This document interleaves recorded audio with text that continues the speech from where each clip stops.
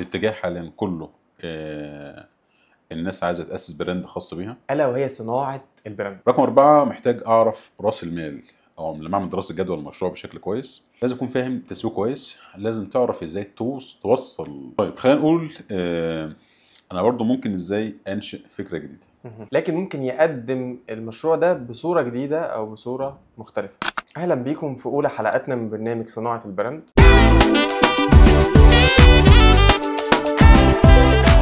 لو هنتكلم عن الصناعه فهي اتطورت على مدار العصور. لما الانسان اكتشف الحديد قدر ان هو يصنع الاسلحه والعجلات الحربيه وحاجات كتير باستخدام الحديد. بعدين الحضاره اصبح فيها نوع من انواع التقدم واكتشفنا كلنا الفحم وقدرنا ننشئ المصانع ونستخدم القطارات ونستخدم الفحم كوقود علشان يبدأ عصر الثورة الصناعية. بعد كده اكتشفنا البترول والغاز الطبيعي والنفط والصناعة اتطورت تماما. في القرن ال21 ومع اكتشاف الذكاء الصناعي والتكنولوجيا والعالم بقى كله قرية صغيرة ومفتوحة على بعض، بقى فيه صناعة بس من نوع مختلف، ألا وهي صناعة البراند. الدراسات بتقول إن من أول ما بدأت المقدمة لحد دلوقتي في عشرات البراندات على مستوى العالم دخلت السوق جديد. أهلا بيكم في أولى حلقاتنا من برنامج صناعة البراند. أنا شهريار. بما إننا نتكلم عن صناعة البراند فإحنا اخترنا موضوع حلقة النهاردة يكون عن المشاريع. إزاي أبدأ مشروع؟ إيه النصايح اللي المفروض أمشي عليها والخطوات الصحيحة علشان المشروع ينجح؟ ومفروض يكون معايا قد ايه فلوس او راس مال علشان ابدا مشروع؟ ايه الفرق بين المشاريع الكبيره والمتوسطه والمشاريع الصغيره؟ بصراحه ما لقيناش افضل من ضيفنا النهارده علشان يجاوب على كل الاسئله اللي بتدور في ذهني وذهن حضراتكم. رحبوا معايا بضيفي المميز جدا النهارده دكتور اسلام حماد، رئيس مجلس اداره اكاديميه زويل للتدريب والكورسات واخصائي التحاليل الطبيه في مستشفيات جامعه طنطا ومدير معامل زويل. اهلا بيك يا دكتور. اهلا بيك دكتور شهريار، واهلا بالساده المشاهدين. اهلا بحضرتك. موضوعنا النهارده مميز جدا واعتقد ناس كتير هتهتم في كل كلمه هتتقال النهارده من حضرتك، ومنتظرين نسمع من سيادتك خبرتك العلميه والمهنيه في مجال تاسيس المشاريع. حاليا دكتور اسلام في ظل الظروف الاقتصاديه شباب كتير بقى شايف ان فكره ان هو يكون بيشتغل في وظيفه بمرتب ثابت ما بقاش كافي علشان يسد احتياجاته ومتطلباته، خصوصا لو حد لسه مقبل على الزواج او عنده اسره وعنده التزامات كتير. فبقى نسبه كبيره جدا من الشباب بتفكر بره الصندوق وبتفكر انك تبتدي تفتح مشروع او تاسس بيزنس خاص بيها. فالسؤال هنا يا دكتور، في البدايه كده وحد لسه بيفكر يفتح مشروع، ايه النصايح او الحاجات الاساسيه اللي لازم يحطها في الاعتبار قبل ما ياخد اي خطوه او يصرف اي جنيه من راس المال اللي معاه؟ سؤال جميل، وخصوصا فعلا الاتجاه حاليا كله الناس عايزه تاسس براند خاص بيها. فلو حابين نقول الحاجات لاي رجل اعمال او اي حد عايز يخش مجال البيزنس انه ياخد باله منها ولسه هيأسس مشروع. رقم 1 احتياج السوق، لازم يكون الاول فاهم احتياجات السوق ايه، بناء عليه يبدأ يأسس المشروع بتاعه. ده كده رقم 1. رقم 2 لازم اعرف التراخيص الخاصة بالنشاط، سواء سجل تجاري سواء بطاقة ضريبية او تراخيص خاصة بالنشاط بتاعه، وعلى حسب كل دولة بيكون لها تراخيص خاصة بيها. ده كده رقم 2. رقم 3 لازم اعرف مكان التشغيل والناس اللي هتشتغل معاه، يعني مثلا المكان بتاعي هل محتاج شركة، هل الشغل هيكون اونلاين، محتاج مقر، كذلك الاستاف او الناس اللي هتشتغل معاه في المشروع. رقم 4 محتاج اعرف راس المال، او لما اعمل دراسة جدوى المشروع بشكل كويس لازم احسب تكاليف المشروع من بداية الفكرة لحد ما اقدر افتح فرع او 2 او 3.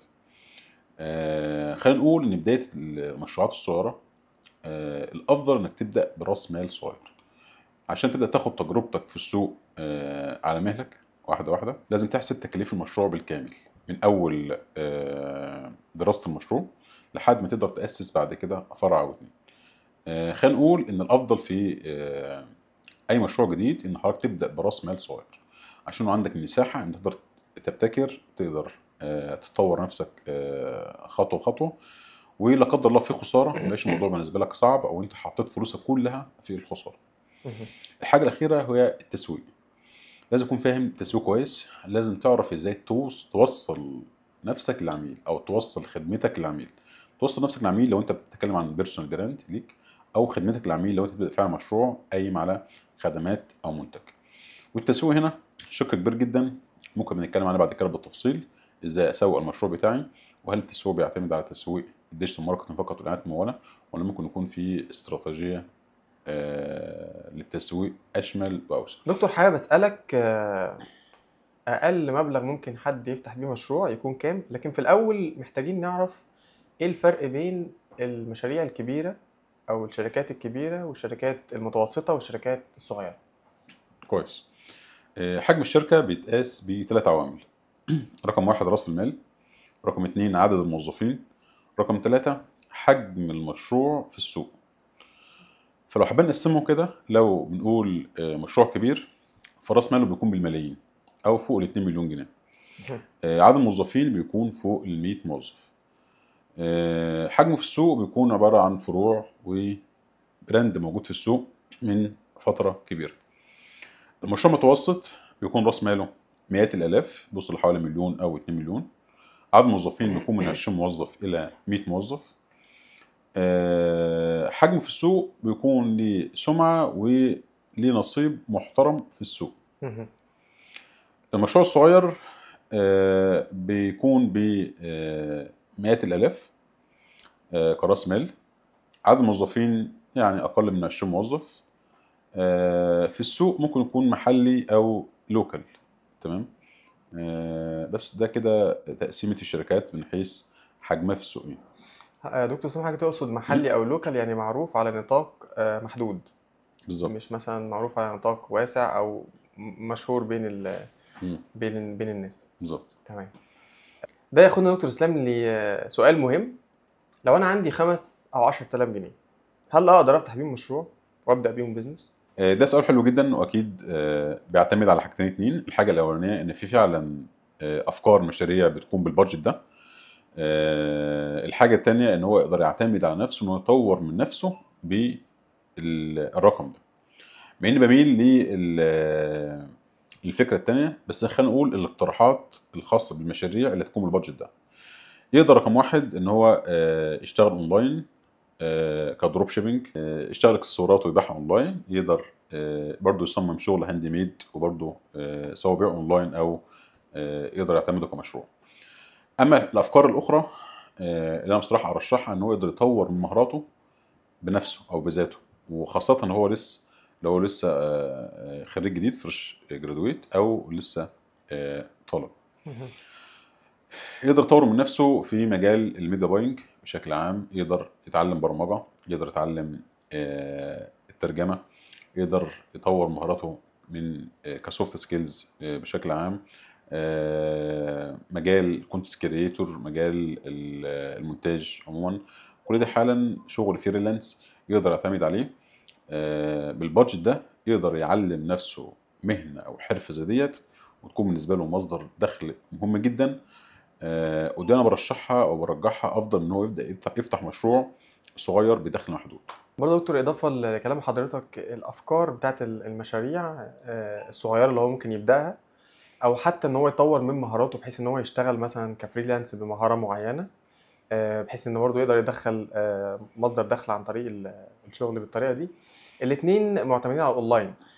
يعني زمان كان الموضوع معتمد اكتر ان تفتح مشروع، يعني تفتح محل مثلا او تفتح شركه او تفتح مكان موجود على ارض الواقع. انما دلوقتي ممكن عن طريق الاونلاين وعن طريق الماركتينج والتسويق تقدر تعمل شغل من البيت. يعني والافكار كتير، ممكن مثلا افكار الاكل البيتي، ناس بتعمل اكل في البيت وتبتدي انها تعلن عنه وتوزعه. دي افكار بتبدا براس مال صغير وتقدر تدخل دخل اصحاب البيت في البيت. مثلا مشاريع زي مشاريع الحلويات والتورتات واعياد الميلاد، برضو تصميم اعياد الميلاد والحفلات. كل دي حاجات ممكن ان هو يبداها براس مال بسيط او راس مال صغير من البيت، وشويه شويه يبتدي يتعرف ويكون قاعده عملاء ويبتدي ان هو ينتشر. لكن خليني اسال حضرتك برضو سؤال مهم. هل رائد الاعمال او خلينا نقول صاحب المشروع هو لازم يكون فيه صفات معينه، او لازم يكون فيه حاجات معينه يتعلمها الاول او يدرسها قبل ما يبدا مشروع؟ الحاجات الشخصيه ديت الاول بتعتمد على الخبره. يعني عمري ما اروح افتح مشروع وانا خبرتي قليله في المجال. ده رقم واحد. والخبرة هنا لازم تكون خبرة مهنية، يعني انت احتكيت بالشغل ده وقعدت فيه فترة طويلة، كفيلة ان انت تقدر تفتح مشروع. مهم. واحتكاكك بالمشروع مش مجرد ان انت كنت موجود سبورت او كنت موجود في بوزيشن ملهوش احتكاك بالمشاكل. مهم. لا، انت حضرتك يكون في مكان شفت المشاكل وشفت حلها ازاي وشفت ازاي تطور من المشروع بتاعك. فرقم واحد لازم يكون عندك خبرة في المجال، دي رقم واحد. رقم اتنين لازم يكون عندك خبرة في إدارة الأعمال، لأن مش كل صاحب صنعة أو حرفة يقدر يفتح مشروع. مهم.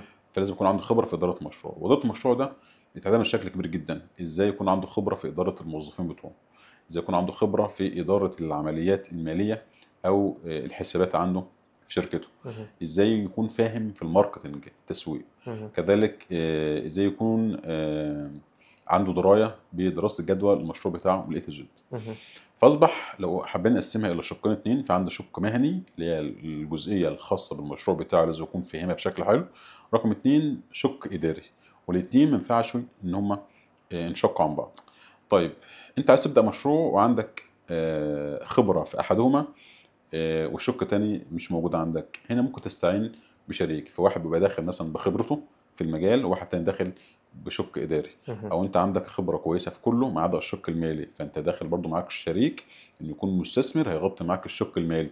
طب انا عندي خبره في كله ما عدا شق التسويق، فانت بتدخل معاك شركه تسويق وحد فاهم في الديجيتال ماركت بشكل عام بيغطي معاك التسويق وانت قايم بالمشروع بالكامل. لكن هي منظومه كامله، ما ينفعش يختل توازن طرف من اطراف. مهم.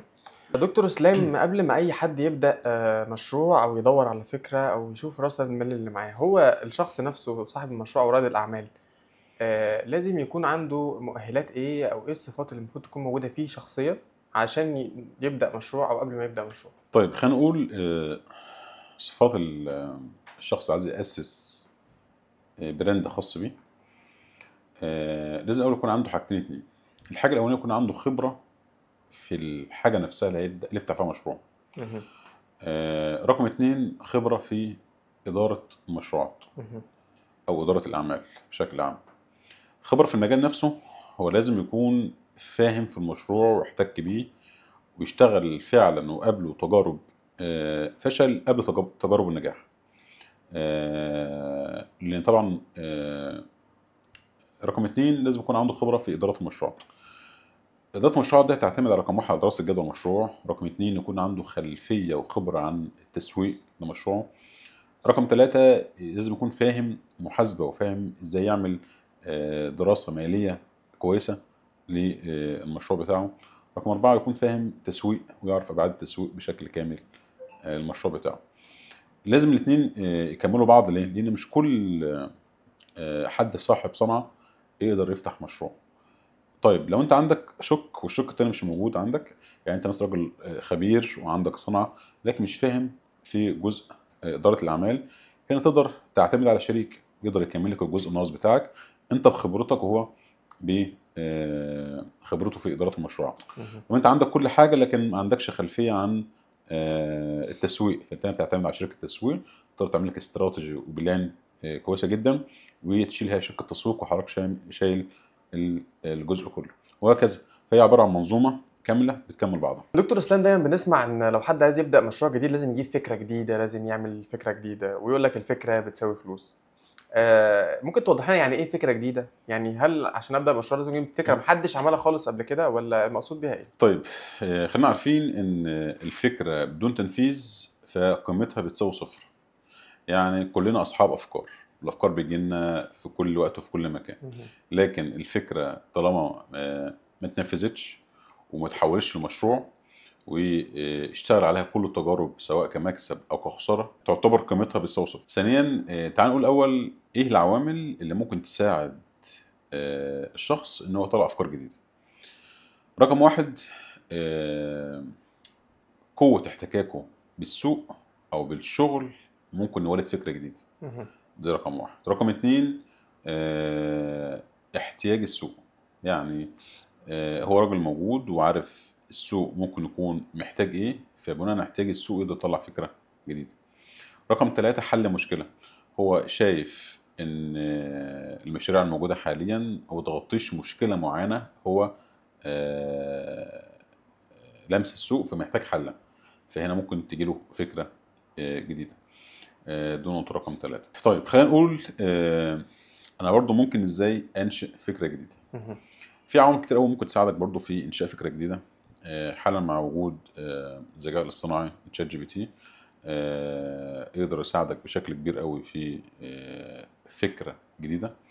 دي رقم 1. رقم 2 جو البيزنس، انت حال موجود مع طاقم عمل. طاقم العمل ده مع احتكاكه للسوق ومع وجوده في السوق، فتقدر برضو تطلع منه افكار جديده. يعني افهم من كلام حضرتك ان انت قصدك مش شرط الفكره الجديده دي يكون معناها حاجه جديده جدا ما اتعملتش قبل كده، زي مثلا ايلون ماسك لما عمل سبيس اكس او تسلا.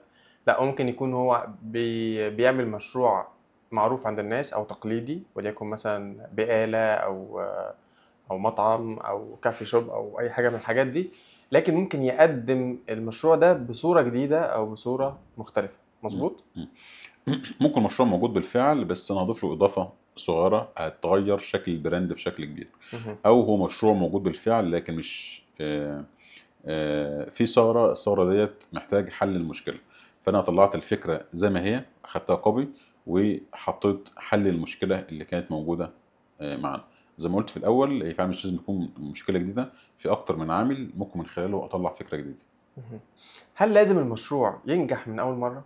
ولا ممكن شخص يبدأ مشروع ويتعرض لبعض مرات الفشل لحد ما يوصل للنجاح؟ ده شق من السؤال. الشق التاني، ليه أصلا المشاريع الصغيرة نسبة كبيرة منها بتفشل؟ طيب هو مش شرط ان انا افتح مشروع ولازم افشل في الاول. في مشاريع بتنجح من اول مره، بس على الاقل لو ما قابلهوش تجربه فشل بيقابلوا ضربات.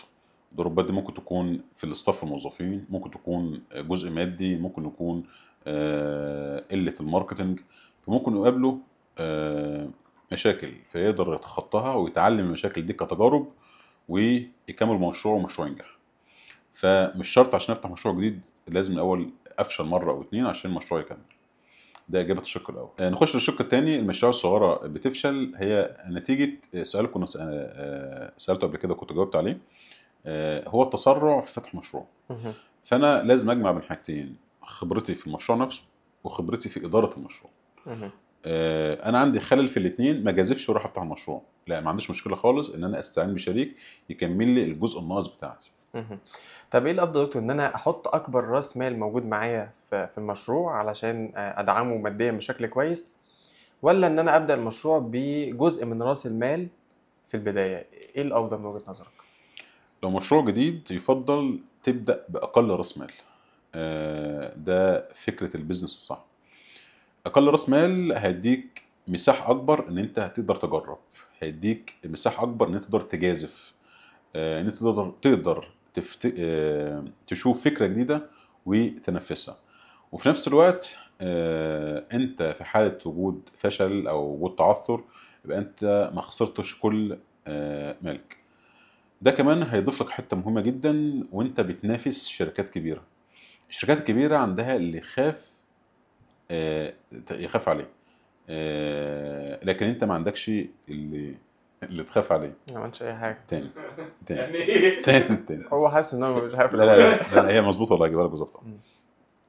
الشركات الكبيره عندها اللي تخاف عليه، من راس مال، من قوه عماله، من اسم موجود في السوق، من براند قديم، وبالتالي انها تعمل تغيير جذري لحاجه عندها في الموضوع بيكون صعب جدا. ليه؟ عشان ده لو حصل فيها خساره فهيسبب لها خسائر كتير جدا، لكن انت ما عندكش اللي تخسر عليه، وبالتالي يكون عندك المساحه اكبر لتجارب اكتر، وبالتالي ممكن تنافس هنا الشركات الكبيره بحاجات الشركات الكبيره ما تقدرش تنافس عليها. مهم. ولكن مثلا انت ممكن تشتغل بمنتج بنفس سعره.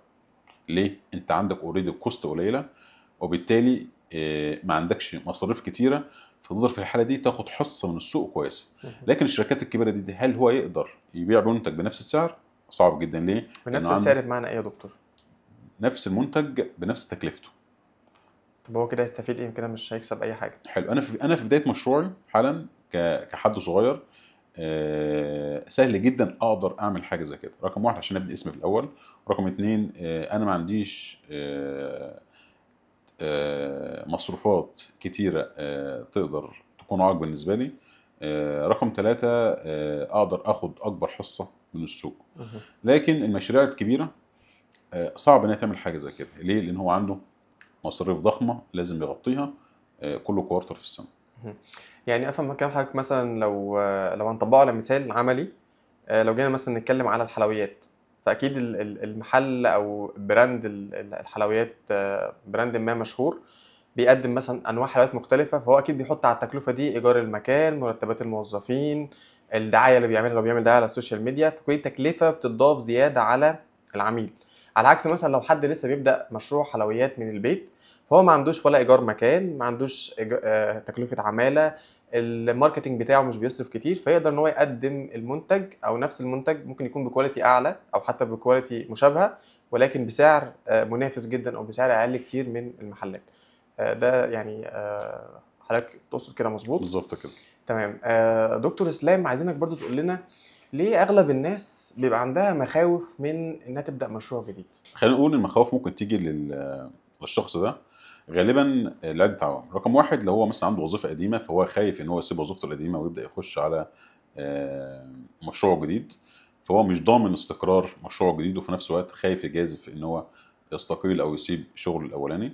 ده رقم واحد. رقم اتنين، خوفه ان هو يخوض تجربة ان هو يفتح مشروع، وهنا هيقابله تحديات هو بيكون عامل حسابها.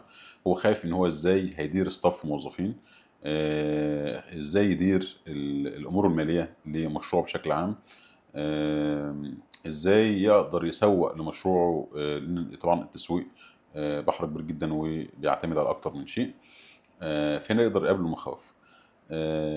ثانيا، نقدر نقول فكره مشروعه هيقابلها ازاي السوق، لان هو ممكن فعلا لما يسيب شغل قديم ويفتح مشروع جديد، السوق هنا مبقاش محتاجه، او محتاجه لكن مش في الوقت الحالي، او محتاجه في الوقت الحالي بس مش بالعوامل اللي هو حاططها ديت، او الامكانيات اللي حاططها ديت، فمحتاج ابديت او محتاج فكر جديد لمشروع. فكل دي بتكون كمخاوف موجوده لاي حد عايز يفتح مشروع جديد. فعشان كده على طول بيبدا يتاخر شويه او يبدا يظهر عليه قلق والخوف. كمان جزء كبير من الناس اللي بيبتدي ان هو يفتح مشروع ممكن يحط فيه تحويشة عمره أو بيحط فيه نص راس ماله اللي هو بقاله سنين بيشتغل فيه، فبيكون في خوف برضو كبير جدا إن هو يخسر راس المال ده، ويعني يضيع سنين من التحويش أو سنين من بيجمع فيها الفلوس دي فيخسرها في عدة شهور من جراء المشروع ده أو بسبب إن هو فتح المشروع ده. فدي برضو من ضمن الأسباب أكيد اللي بتخلي الناس تخاف إنها تبدأ مشروع جديد. ايه الافضل يا دكتور للمشاريع الصغيره، اونلاين ماركتنج ولا اوفلاين ماركتنج؟ اونلاين. بالنسبه للمشاريع الصغيره ممكن شخص يبدا المشروع يكون هو كل حاجه في المشروع ولا لازم يعين موظفين؟ ممكن في الاول يكون هو كل حاجه. رتب لي يا دكتور من حيث الاهم فالاقل اهميه: تسويق، مبيعات، خبره. للمشاريع الصغيره هيكون الخبره، ثم التسويق، ثم المبيعات. دكتور، ايه المده الزمنيه اللي بيكون فيها تاسيس المشروع وممكن من بعدها يبتدي الشخص يجني ارباح؟ نقدر نقول من 60 إلى 180 يوم. دكتور اسلام، هل كل المشاريع بتعتمد على راس المال؟ لا، في مشاريع الخدمية ممكن تبدأها من غير رأس مال. زي ايه مثلا، توضح لنا اكتر؟ في مشاريع ما بتعتمدش على رأس المال زي المشاريع اللي بتقدم فيها خدمة.